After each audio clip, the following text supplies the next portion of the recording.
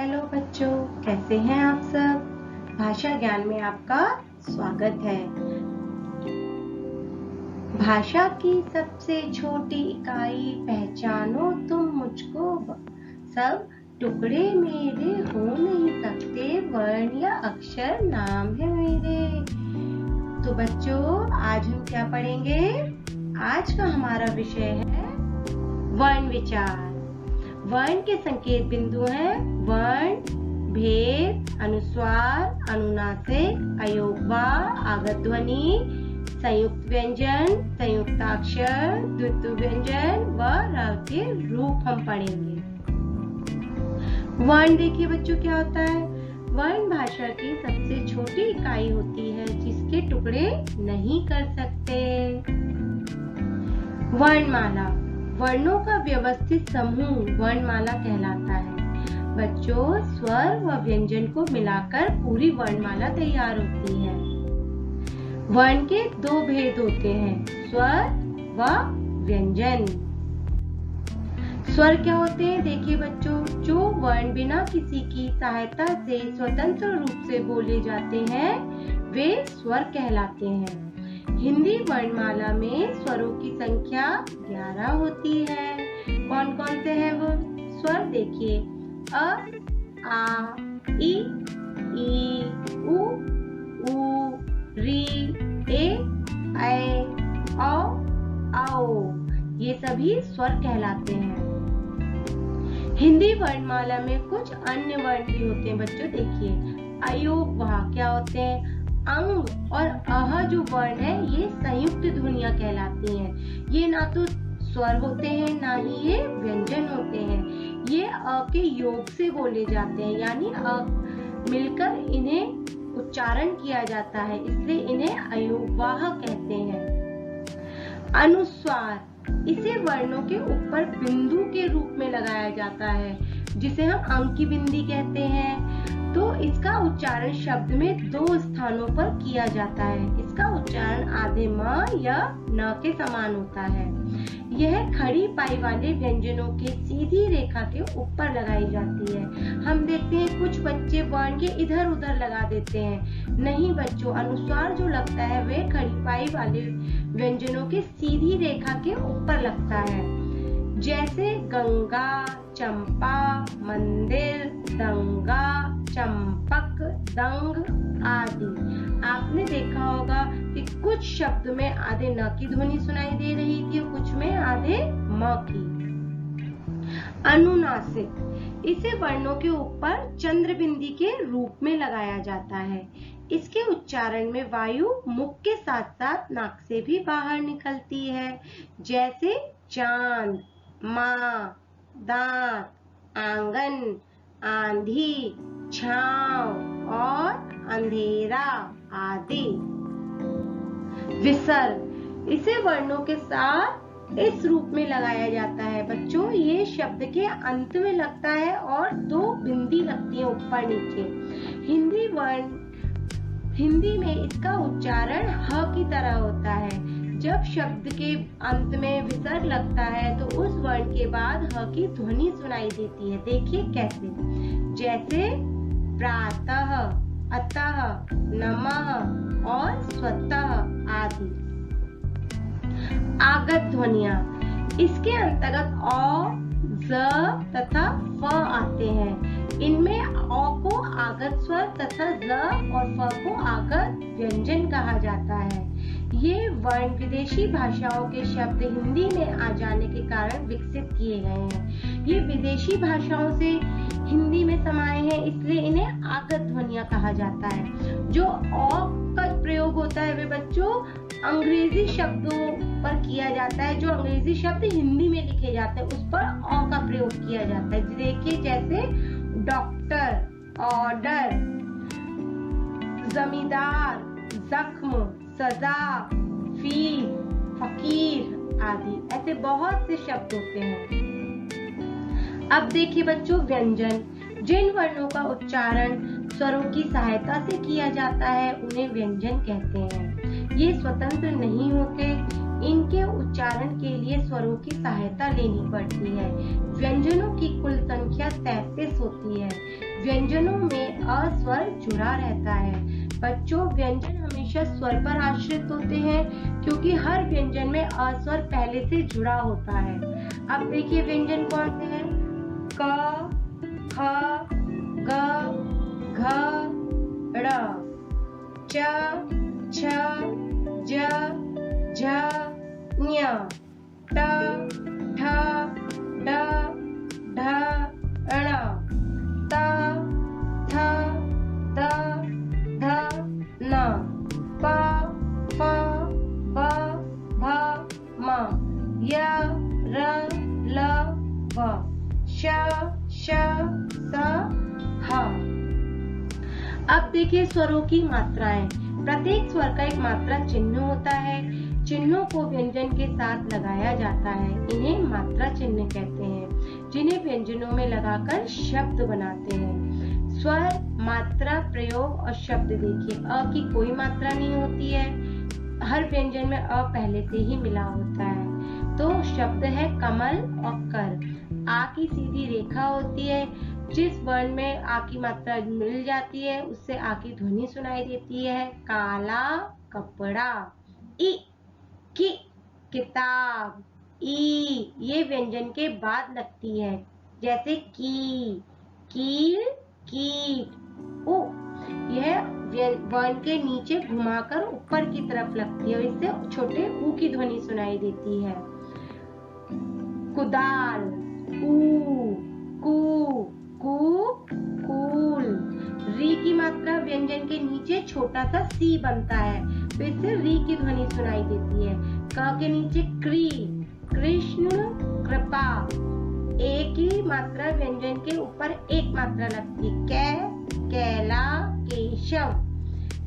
ऐ, कै, कैलाश। ओ, को, कोयल। औ ये दो मात्राएं लगती है व्यंजन के ऊपर, साथ में बड़े आ की मात्रा भी। एक सीधी रेखा। कौवा। अब देखिए बच्चों संयुक्त व्यंजन। दो अलग अलग व्यंजनों के मेल से बने व्यंजन को संयुक्त व्यंजन कहते हैं। संयुक्त व्यंजनों की संख्या 4 होती है। छ, त्र, ज्ञ, श्र। छ कैसे बना बच्चों? देखिए क प्लस श प्लस अ, तो इससे बना श, क्षमा, क्षत्रिय। इसमें क जो है वह स्वर रहित व्यंजन है, आधा व्यंजन है क। पहला व्यंजन स्वर रहित है, दूसरा स्वर सहित। त्र, त प्लस र प्लस अ, पत्र, त्रिनेत्र, ज्ञ। ज प्लस ज्ञ प्लस अ, ज्ञानी, ज्ञात। श्र, श प्लस र प्लस अ, श्रमिक, श्रम। इन सभी में पहला जो व्यंजन है वे स्वर रहित व्यंजन है, इसलिए उनके नीचे हलंत का प्रयोग हुआ है। दूसरा जो व्यंजन है स्वर रहित है, तो उनके साथ स्वर को जोड़कर वह पूरा व्यंजन बना। आधा त और र, आधा ज और य से ज्ञ बना, आधा श और र से श्र बना। संयुक्ताक्षर। दो असमान व्यंजनों के मेल से बने व्यंजन को संयुक्ताक्षर कहते हैं, जिसमें पहला वर्ण स्वर रहित तथा दूसरा व्यंजन स्वर सहित व्यंजन होता है। तो देखिए बच्चों उदाहरण। आधा स और त, अस्त, मस्त। इसमें पहला वर्ण जो है स्वर रहित है, दूसरा स्वर सहित। आधा च और छ, इससे शब्द बनाना है अच्छा, लच्छा। आधा प और य, प्यारी, प्यास। आधा क और य, क्यारी, क्योंकि।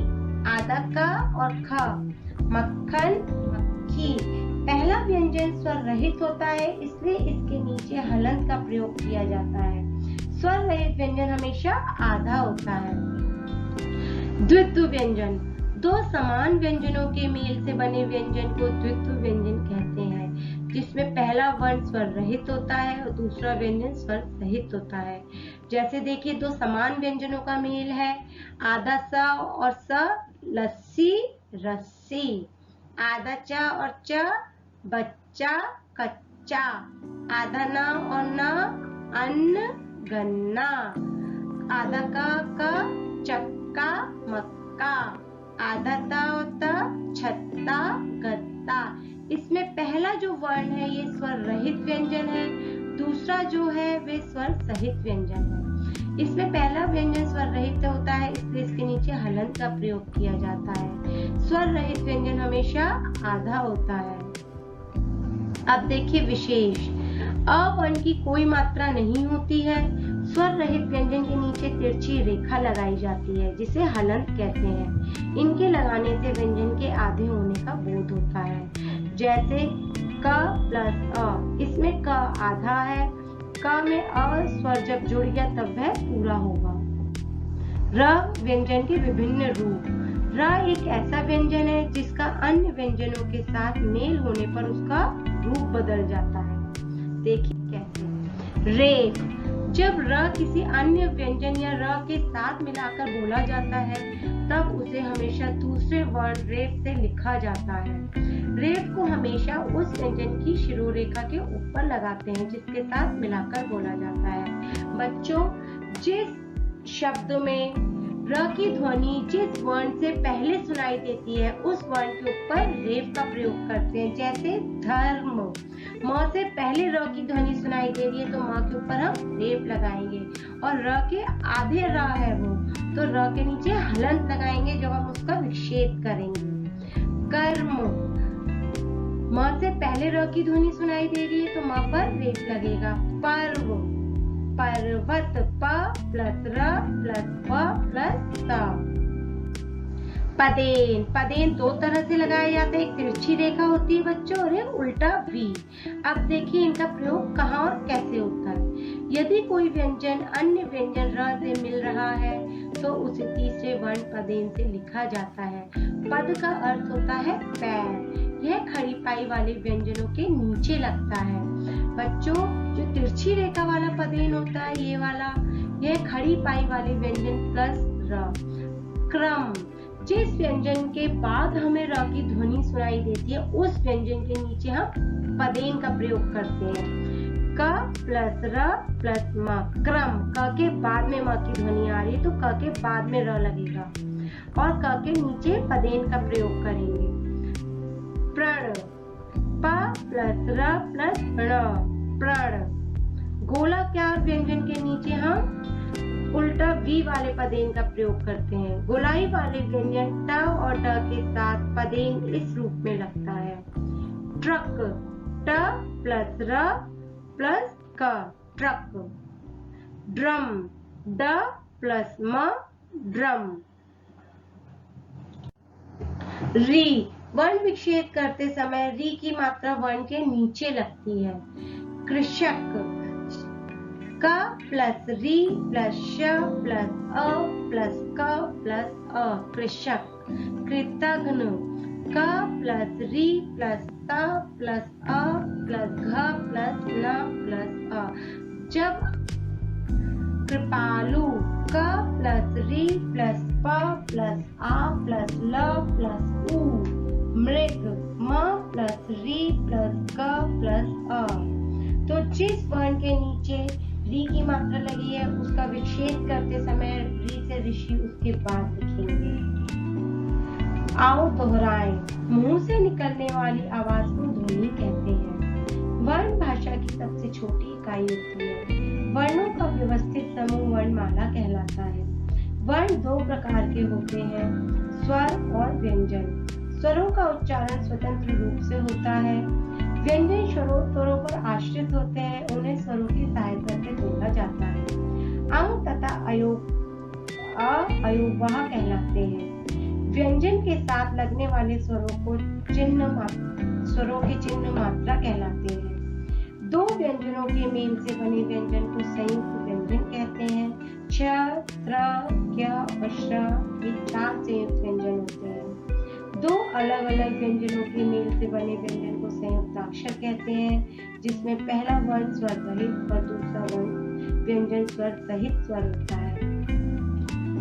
दो समान व्यंजनों के मेल से बने व्यंजन को द्वित्व व्यंजन कहते हैं, जिसमें पहला वर्ण स्वर रहित व दूसरा व्यंजन स्वर सहित होता है। बच्चों, यहाँ पर आगे कुछ अभ्यास कार्य भी दिया गया है जिसे आप करके वर्ण विचार को दोहरा सकते हैं। आपको उम्मीद करती हूँ वर्ण विचार अच्छे से समझ में आ गए। धन्यवाद बच्चों।